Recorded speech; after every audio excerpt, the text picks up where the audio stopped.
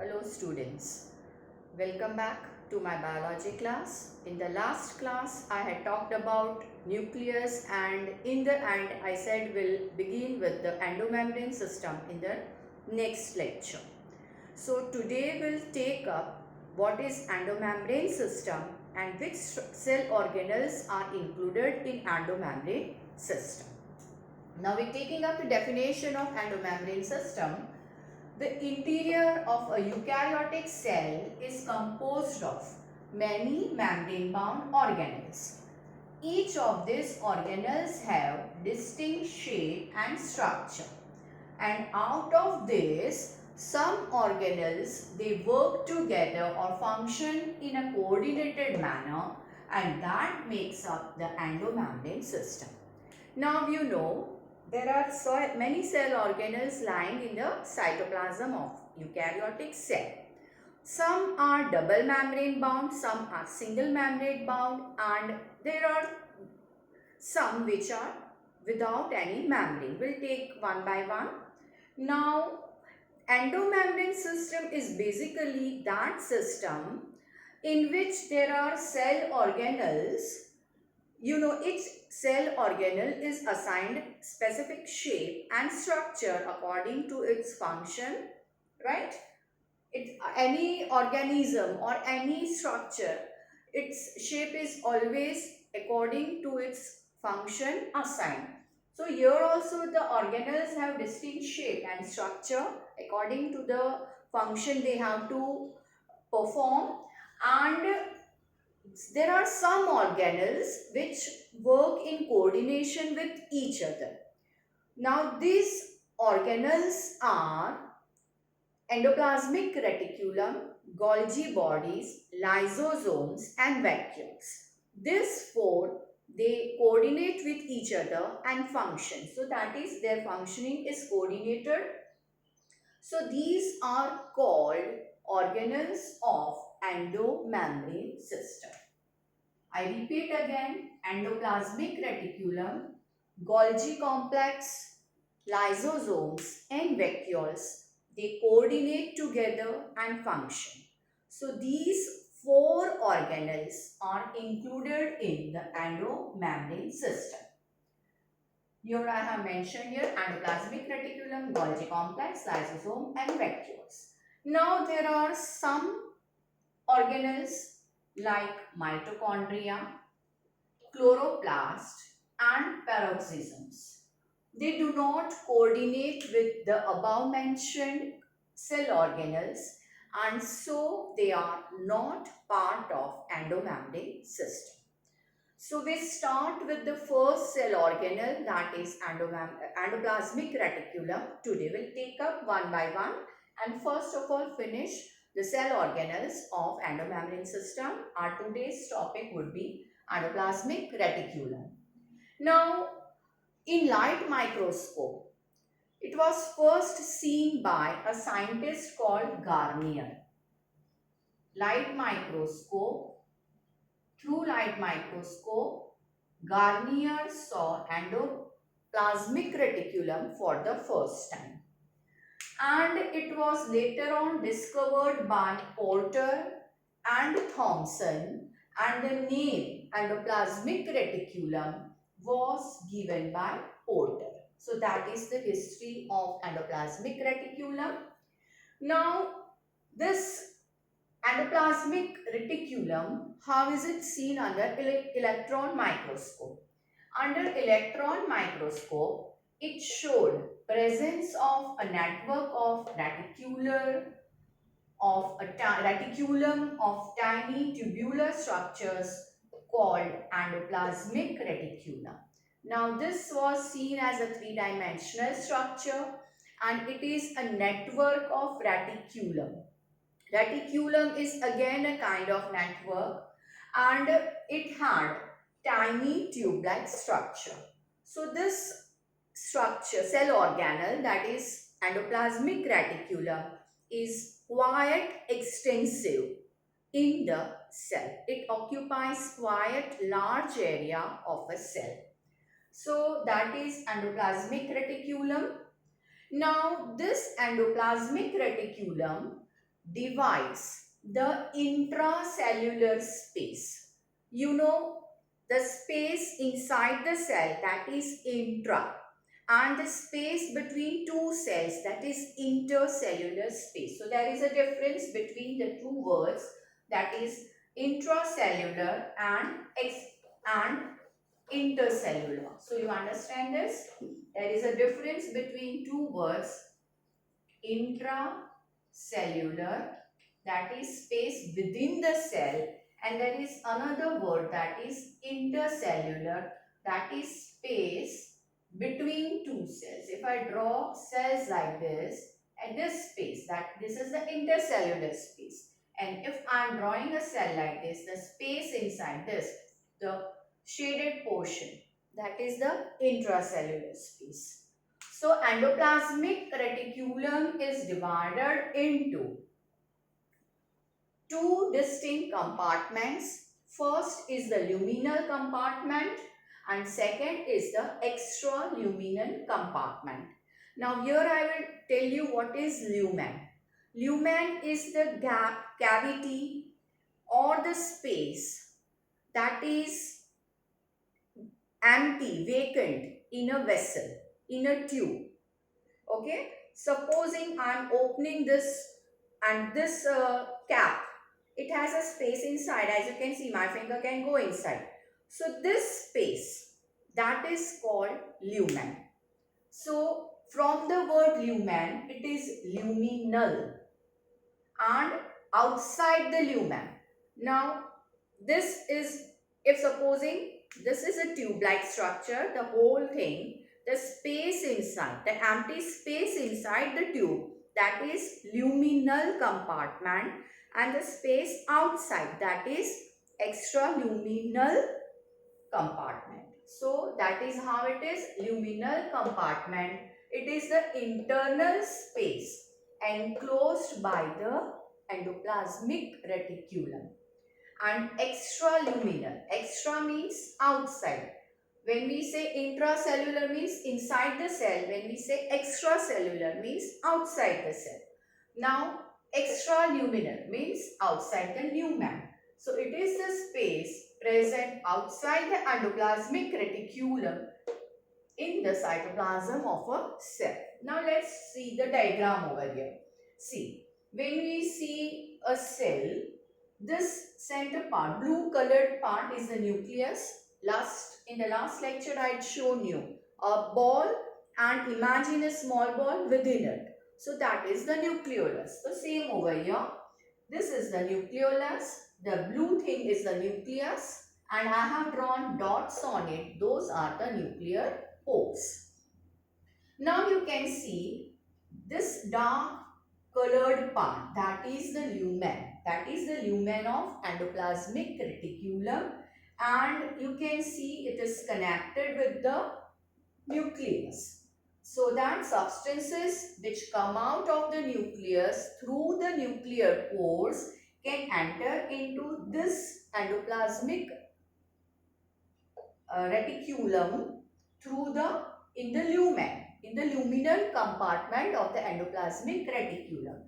So things can enter from here into the lumen like this. You can see this is connected. This is an extensive structure. See, it is connected from here. It can come right here. Then from here again it is connected like this. So this is the structure of endoplasmic reticulum.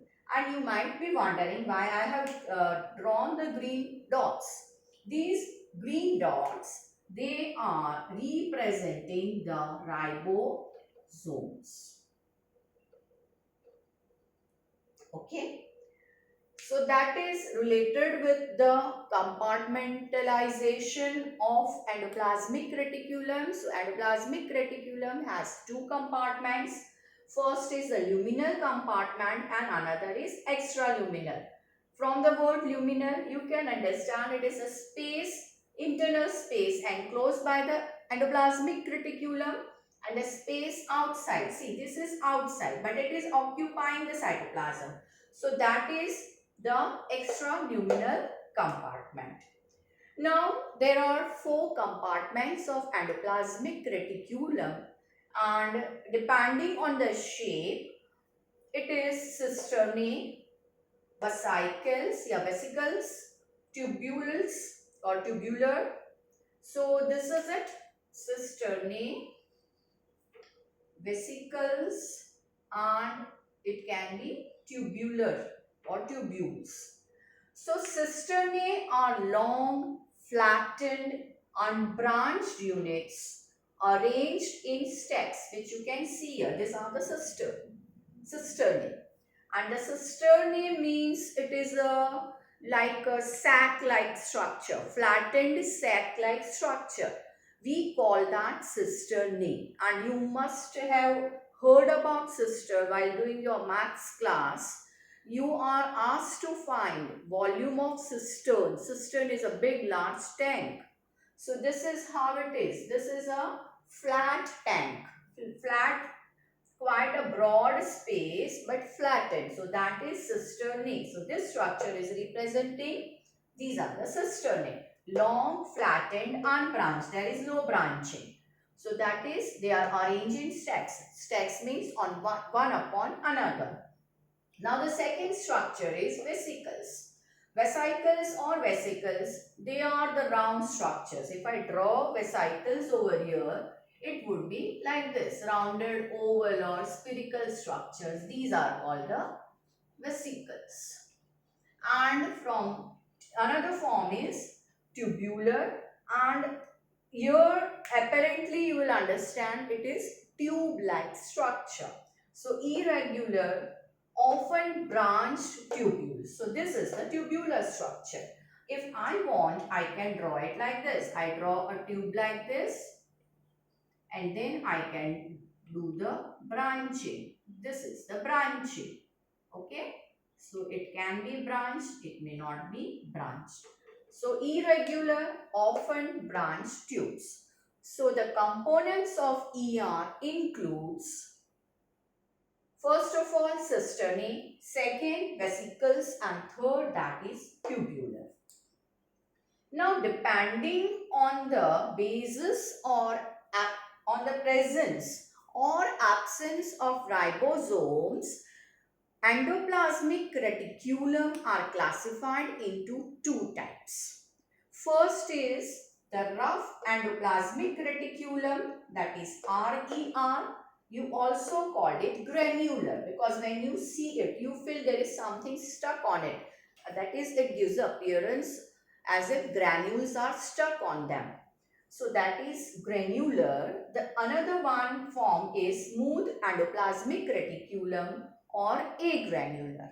Now when you view, we'll take them simultaneously as if we are taking up the differentiation and learn it.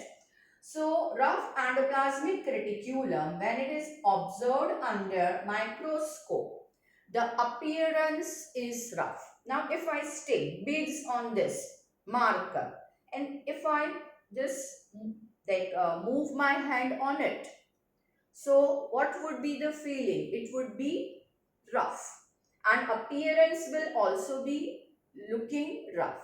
So under microscope, this granular endoplasmic reticulum appears rough.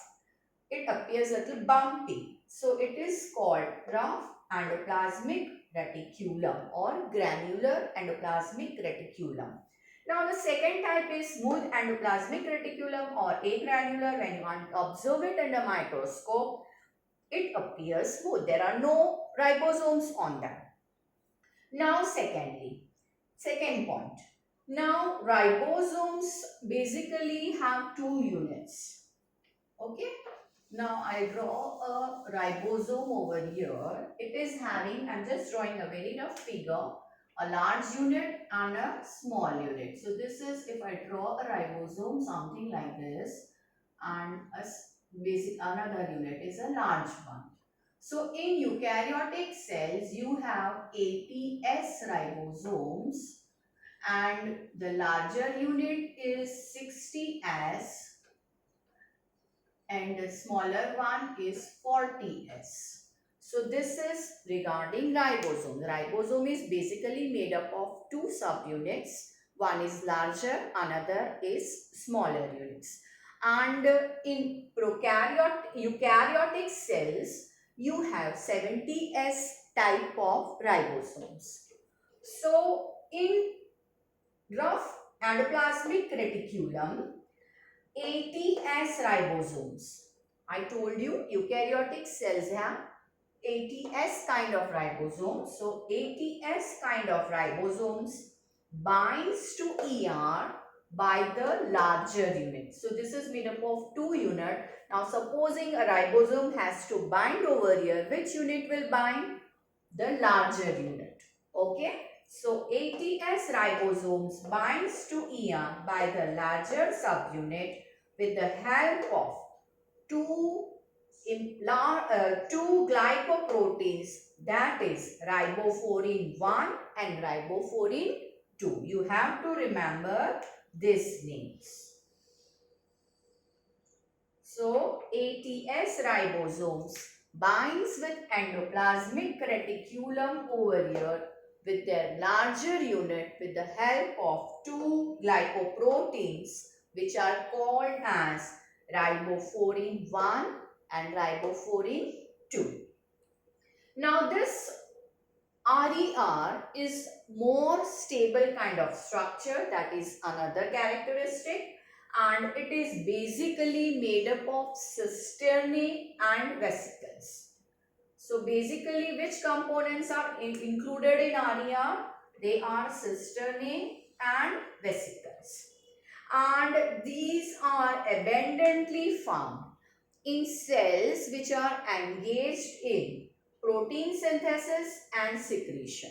So there are particularly these organs involved, that is liver, which is in the right side of the abdomen, pancreas and goblet cell. Goblet cells always, they are the cells which secrete mucus. So these are the three main places where RER would be found in abundant, as the main function of RER is to do protein synthesis and make enzymes. So it is protein and enzyme synthesis, and then this will be secreted. So wherever there is protein synthesis and secretion, there would be like extensive ER found. So that is related with RER. Now coming to the smooth endoplasmic reticulum. Now when it is observed under microscope, obviously it will appear smooth. Ribosomes and ribofourins are absent. This is also very obvious. When it is smooth, there would not be any ribosomes. Otherwise, it would not appear smooth. So ribosomes and ribofourins are absent.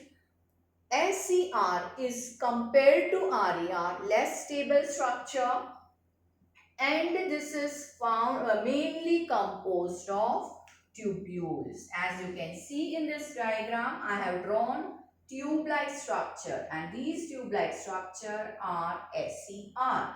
You see there are no green dots over here, means absence of ribosomes.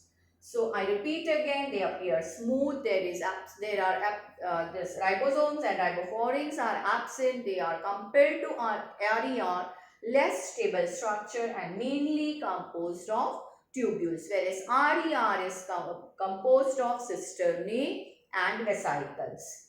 Now they are found more abundantly in cells which are involved with glycogen and lipid metabolism. Glycogen is storage form of glucose.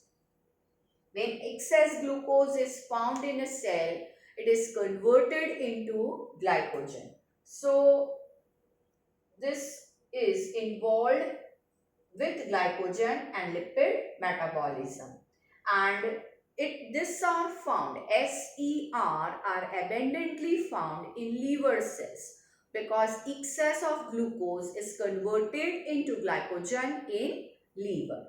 And adipose tissue, that is the fatty tissue of the body. So these are the two places where SER will be found in abundance. Now let's take up the functions of ER. The number one function it is protein and enzyme synthesis. You know, it would be done by RER. So protein and enzyme synthesis done by RER. Second is storage and synthesis of fats and glycogen done by SCR. It synthesizes phospholipids, cholesterol. These are required in formation of cell membrane, that is plasma membrane, if you remember. Now the third function, this is also done by SCR, detoxification of drugs, pollutants and steroids. Whatever harmful substances are ingested, they would be detoxified in the liver by SER. So I can write it over here. This is by SER. This is also done by SER. First is, this is RER. Now synthesizes steroid hormones in animal cells. Now animals, if I talk about human beings, we have hormones like testosterone, progesterone, estrogen. These are all steroid hormones and these are made by SER. So again I write down smooth endoplasmic reticulum. Now this extensive surface of endoplasmic reticulum. Now this is providing a surface for what? Many biochemical reactions. So most of the metabolism of the cell happens over here. So this is the function. Provide surface for metabolic activities. For all biochemical reactions to take place, this surface is provided by endoplasmic reticulum in general. Now formation of nuclear membrane. You can see nucleus is the next neighbor, adjoining neighbor. It is lying adjacent to endoplasmic reticulum. So whenever there is need, this nuclear membrane components are provided by endoplasmic reticulum. Now it is also responsible for formation of all cell organelles except semi-autonomous organelles. Means it is responsible for formation of membranes like it is responsible for formation of membranes of lysosomes, Golgi bodies and microbodies. Whatever cell organelles have membranes, membranous cell organelles, except chloroplast and except plastids in general and mitochondria, the membranes are formed by ER and the last function helps in membrane biogenesis. Now membrane biogenesis, you know, plasma membrane. Now it is made up of proteins and lipids. Now SCR synthesizes lipids, RER synthesizes proteins. So both of them together, that is in general, endoplasmic reticulum provides components for formation of cell membrane, and that term, that is membrane biogenesis. Membrane bio means living, genesis means synthesis. So the living membrane, that is a cell membrane, is formation is contributed by endoplasmic reticulum. Now this is very important topic. We end this over here. Now in the next lecture, we'll continue with Golgi body, lysosomes and vacuoles. Please like, share and subscribe. Stay tuned for more lectures. You may post your queries in comments.